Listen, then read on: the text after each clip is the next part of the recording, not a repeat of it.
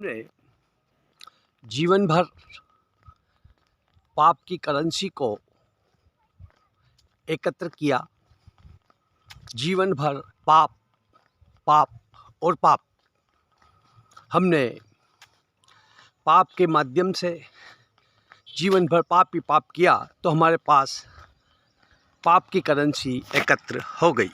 एक और व्यक्ति है जिसने अपने जीवन के इस पथ पर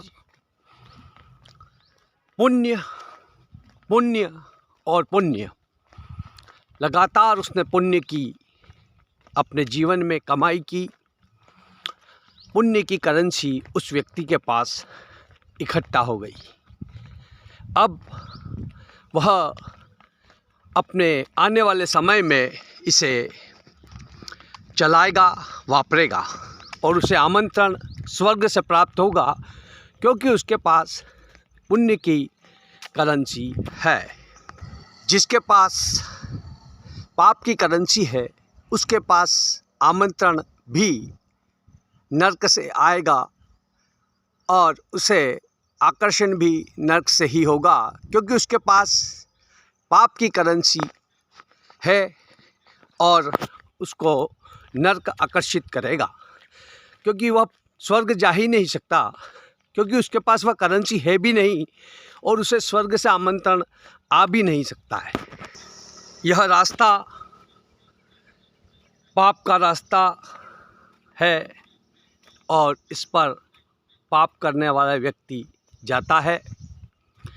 उसे आमंत्रण भी वही आया है, इसलिए वह वहीं जाएगा।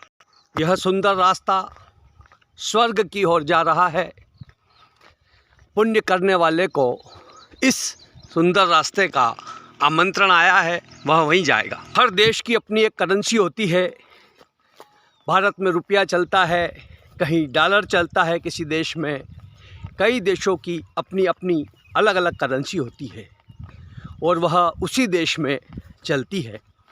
अतः महापुरुष कह गए हैं कि हमें अपने जीवन में पुण्य की करेंसी इकट्ठा करना चाहिए, ताकि हम स्वर्ग में जाकर उसका उपयोग कर सकें और हमें वहाँ का आकर्षण भी प्राप्त हो स्वर्ग का, और हमें आमंत्रण भी स्वर्ग का ही प्राप्त हो। जो करेंसी हमारे पास होगी हम वहीं जा सकते हैं। जहाँ की करेंसी हमारे पास नहीं है हम उस ओर जा भी नहीं सकते, उस ओर देख भी नहीं सकते।